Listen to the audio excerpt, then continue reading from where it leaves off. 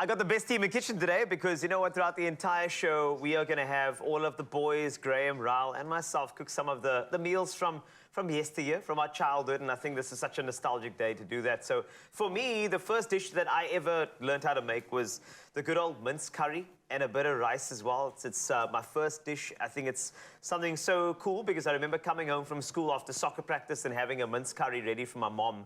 And it was the first thing that I've ever thought, like, let me try and make this myself. First couple of attempts were terrible. But then again, I just went and I decided to win, and then I won, and I won. Talking about winning, Gerda Steyn will be here holding my hand because it's been a while since I've actually cooked this dish though. So Gerda, it's my memory, but I want you to, jump in with me over here because I'm sure there's got to be a dish that you made, right, for the first time ever. The first one you ever made, what was it? Well, I grew up on the farm, so lovely. Meat and farm product. Fresh produce was such a part of my growing up. Perfect. The first meal I remember making was omelette. Yes. With chicken, the eggs that we got from the chickens. Oh, my word. The milk that we got from the cows. Yeah. And I remember whisking up with my mum in the kitchen. So that's my biggest childhood memory. Different ball game, eh, when it comes to that. Fresh produce omelette is amazing. All right, so I'm going to get this started. Could you grate the tomatoes? Now, what I've done with the tomatoes, I remember this method because you actually blanch them. So you have them in super, super hot, like hot water. You pour hot water all over them. And then you drop them straight into ice, and they just peel off. And you just take them off, and then they're like that. So I need you to grate that for me, if you don't mind. I will do. Because I think that you're great. So I made you great, Gerda. That's how it works, okay? And for this, what I've done is chop some onions. They have been in this little pot, and they are going to brown off beautifully. And thereafter, I've got a bunch of things. So at this stage, I want all of the aromatics to vibe with me. So this is why I do curry powder at this stage, because you want them to really open up in terms of flavor. And that's exactly what I want to do here. And so you can already start smelling. And this is the smell that I remember, Gerda. Coming home from soccer practice is the best way I can think about it. And smelling this, I knew it was going to be a good day. Oh. It was just perfect, honestly. And I think already I'm just getting that nostalgic scent.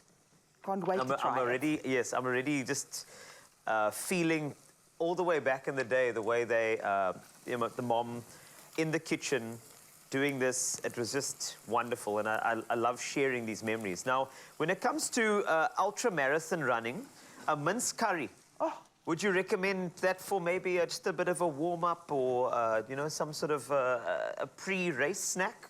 100% yes. For me, mince curry is the perfect meal. We make it often at home. Really? Protein in the mince, turmeric for some anti-inflammatory advantages. Lovely. A little bit of oil, all the goodness in one pot. I'd say it's a perfect meal. So thank you I'm glad you said that. This is great. All right, how are you doing there? Almost done. Okay, great. I'm going to add that in here. And already you can smell the entire studio is permeated with the beautiful aromatics. It's feeling so good. And that's the whole idea with these recipes. I know later you can expect a couple of great ones from my boys. So Raul's got frikadels, which is another thing that I remember growing up with. And then some French toast as well from G. That is a tad later. But for now, this is a mince curry that really just takes on my childhood. That's there you it. Go. Thank you, That's Gerda. for you. In record time, nogals. What can I say? You're so used to that, eh? You wouldn't say I'm competitive in any way. No, not at all. Not at all. You just run through these things. This is great. Okay, fantastic. I'm done with that. And now, I haven't added any water at this stage. You know why? Because I want flavor, because I'm going to deglaze the pan later. And this is the perfect platform for me to add the mince. Oh, it's really, the smells are really coming through now. They're protein. It's amazing. Protein comes in. And then this is a beautiful stage because this is where it really gets stunning.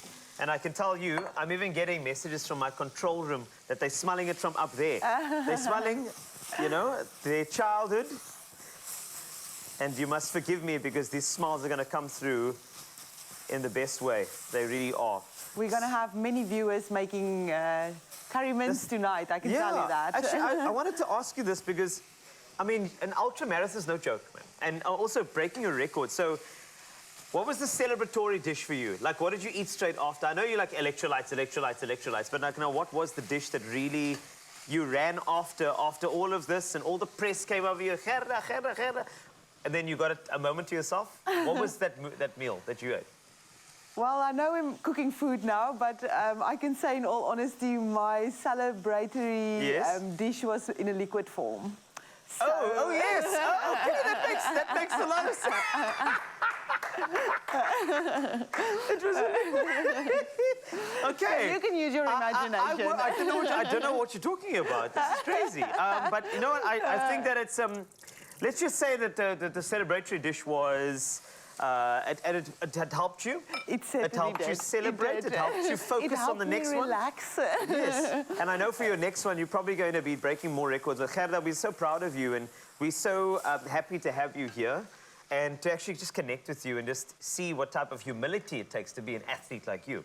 So thank you for sharing your time with us here today. Thank you so much. The pleasure is all mine, and thank you for cooking this amazing meal. And yeah, we look forward to when it's done, you are going to see the peas are going to go in, bit of stock as well, so that the potatoes can get softer.